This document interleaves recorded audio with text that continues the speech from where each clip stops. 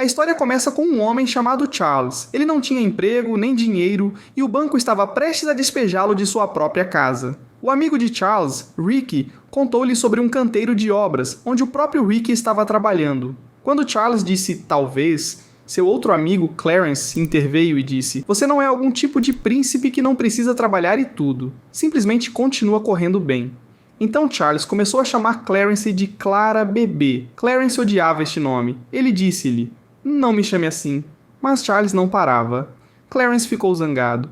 Ricky se colocou entre eles, impedindo-os de brigar. Enquanto Clarence estava indo embora, ele disse: "Espero que eles tomem sua casa." Cedo, um homem chamado Aniston apareceu do lado de fora da casa de Charles. Ele queria alugar o porão de Charles, mas Charles disse-lhe que a casa não estava à venda nem para alugar. Aniston disse: "Talvez este seja um mau momento, porque você não me liga se mudar de ideia?" A casa de Charles havia ficado sem mantimentos. Ele não tinha dinheiro para comprar comida fora, e seu carro havia ficado sem combustível. Charles também não conseguiu aquele emprego na construção. Ele mencionou isso a uma funcionária do banco chamada Lainey Brown, dizendo: "Há tanta construção acontecendo, mas simplesmente não há trabalho para mim." Lainey disse: "Temos sido muito gentis com você desde que sua mãe morreu, mas você foi longe demais." Lainey lhe disse que o banco tinha uma oferta para comprar sua casa e reaver a dívida, e que talvez fosse o melhor. Então Charles ligou para sua tia Peaches pedindo algum dinheiro para pagar a hipoteca do banco. Esta casa estava na família há 8 gerações. A mãe de Charles e sua tia nasceram ali, mas sua tia também se recusou a dar-lhe mais dinheiro. Depois disso, sem outras opções, Charles teve que entrar em contato com Aniston. Ele foi e abriu seu porão. Havia um cachorro morto deitado lá. Naquela noite, Charles foi para o quarto de sua mãe e começou a se lembrar dela. No dia seguinte, Rick foi lá e olhou o porão. Havia muitas coisas antigas espalhadas. Ele disse: "Você deveria conversar com um verdadeiro negociante de antiguidades." Rick conhecia uma tal negociante, mas ela também cobraria 10% em troca. Esta negociante, chamada Nars Gully, foi até lá. Ela começou a olhar os itens antigos. Narcissus encontrou algumas máscaras faciais ali que ela não esperava encontrar de jeito nenhum. Os ancestrais de Charles devem tê-las trazido consigo da África Ocidental, e estas seriam as primeiras do seu tipo encontradas nesta parte do estado, e isso provaria algo que Narcissus vinha dizendo. Mas, justamente então, Charles começou a ouvir sons estranhos vindos do andar de cima. Narcissus perguntou: "Você está bem?" Charles disse assim: "Sim." Ele disse a ela que não sabia muito sobre todas essas coisas. Ele só precisava de dinheiro. Narcissus disse a ele que sim, além das máscaras, ele conseguiria um dinheiro decente pelo resto dos itens antigos, mas negociantes de antiguidades geralmente levam de 3 a 4 meses para responder.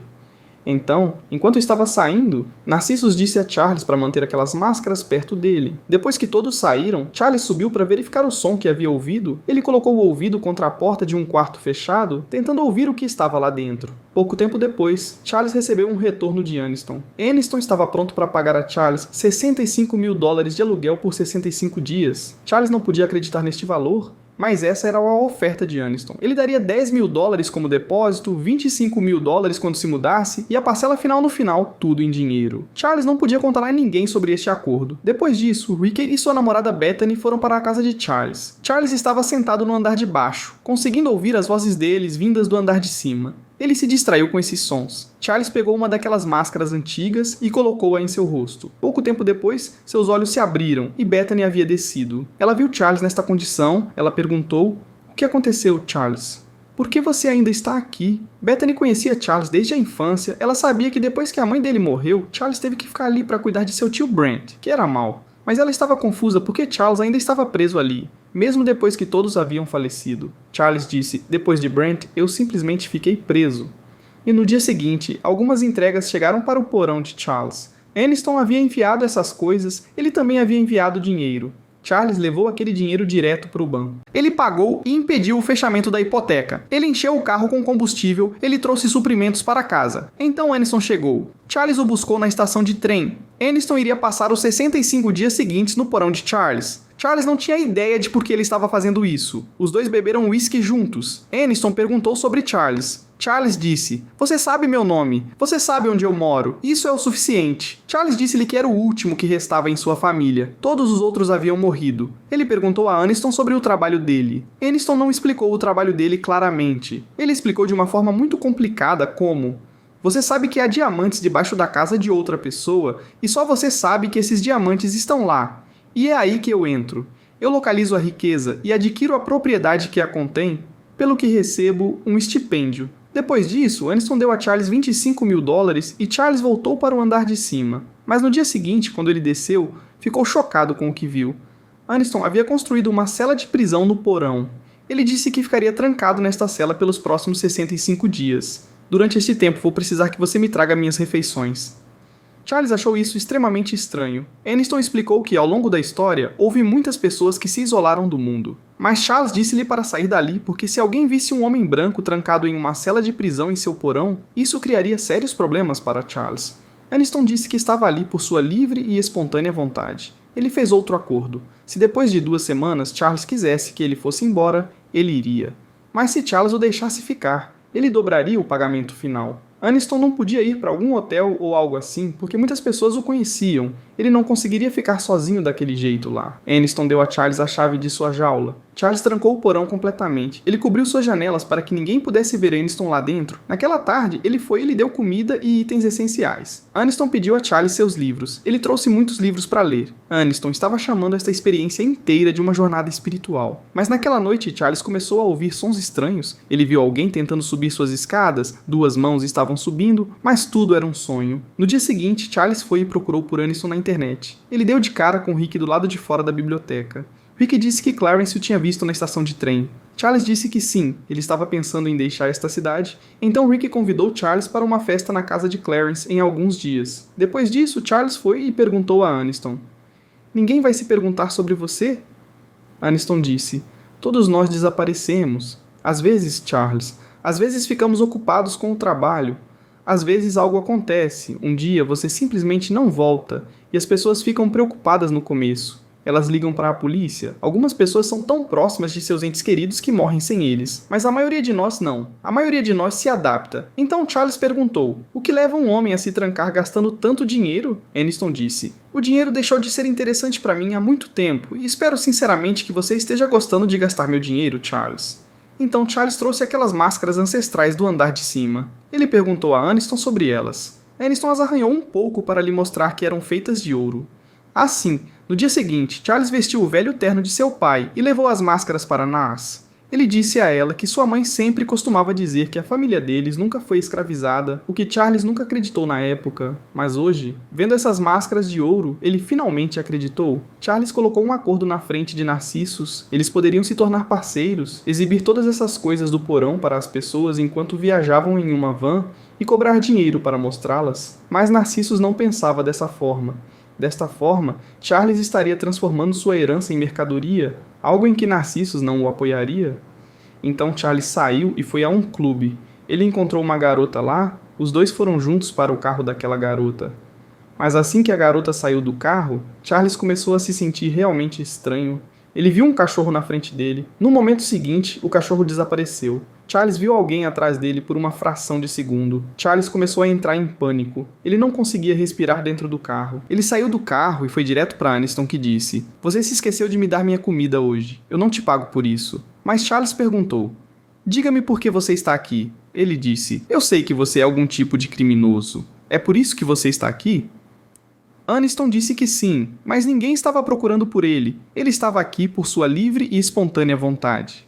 Aniston se recusou a dizer mais nada a Charles. Ele disse: "De agora em diante, se você estiver ocupado em algum lugar, venha aqui primeiro. Você tem que alimentar seu cachorro." Naquela noite, enquanto escovava os dentes, Charles sentiu algo estranho com a boca. Havia ouro sob a pele do rosto dele.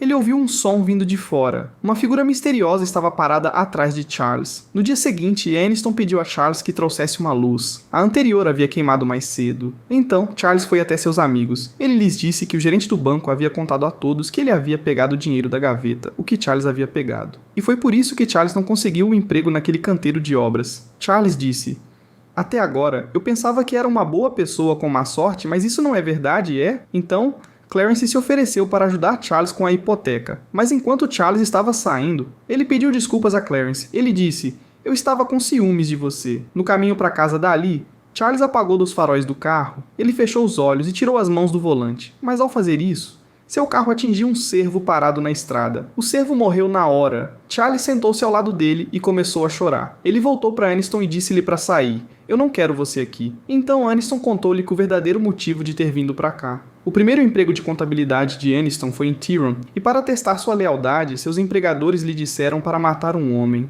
Aniston seguiu suas ordens. Charles perguntou: Então é por isso que você está aqui? Mas por que minha casa? Charles perguntou. Ele era negro? Ele entendeu que Aniston estava tentando cumprir sua sentença pelo crime de matar um homem negro ao se tornar um prisioneiro no porão de Charles. Charles disse com raiva: Você é um homem branco louco que pensa que em troca de dinheiro vou ouvir tudo o que você diz. Aniston disse: Mas você precisa do dinheiro. Aniston expôs todo o currículo de Charles na frente dele. Ele sabia tudo sobre Charles, os nomes de seus amigos, sua vida na faculdade, tudo. Ele sabia que Charles trabalhava no sindicato portuário, mas ele desviou $433 de sua gaveta, o que não é um valor pelo qual vale a pena perder o emprego e a dignidade. E Aniston foi quem fez a oferta ao banco para comprar esta casa. Então, o banco pressionaria Charles a desocupar a casa. E sob essa mesma pressão, Charles concordaria em alugar o porão para Aniston. Ao ouvir isso, Charles estava prestes a destrancar a cela de Aniston. Mas Aniston disse: Olhe, quer eu fique aqui ou não, sua situação permanecerá a mesma. Então Charles disse com raiva: Tudo bem. Esta noite você é o prisioneiro e eu sou o carcereiro. Charles desligou a luz do porão e subiu. No dia seguinte, ele foi até Aniston e disse: Tudo agora é um privilégio, como esta luz, e para obtê-la, Aniston teria que responder às perguntas de Charles corretamente. Aniston tinha apenas um direito. Ele poderia pedir para ser libertado daqui sempre que quisesse. Charles o libertaria 96 horas depois que ele pedisse. Ele estava mostrando seu poder ao fazer isso. Aniston disse: Tudo bem, mas depois de cada 3 de suas perguntas, eu também farei uma pergunta. Charles perguntou: Você assassinou alguém?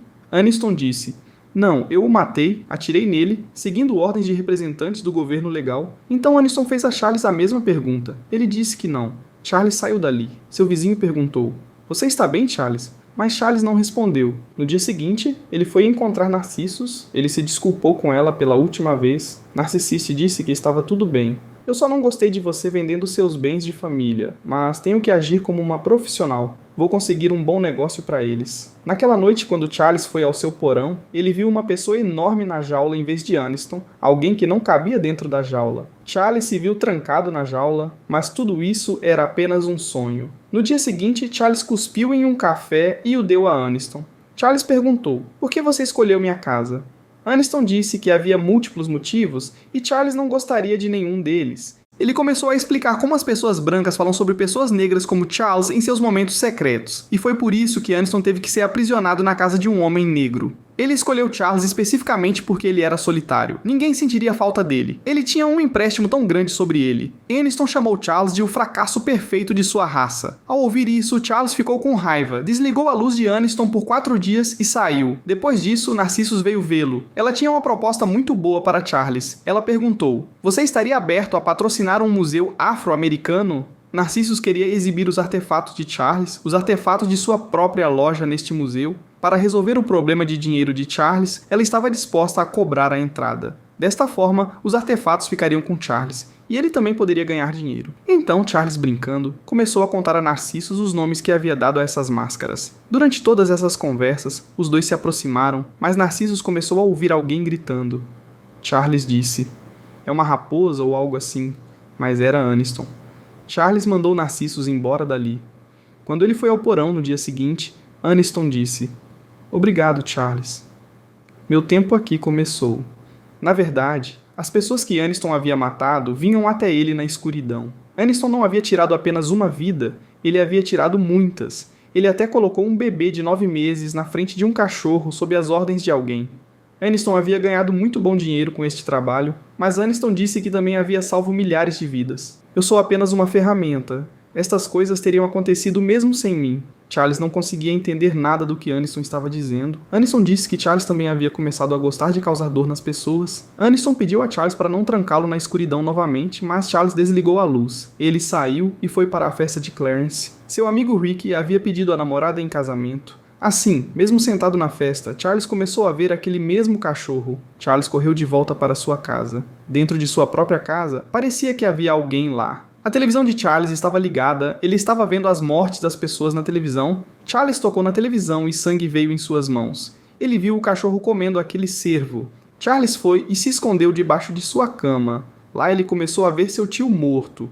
Ele tinha vindo para bater em Charles. Ele costumava bater em Charles na infância também.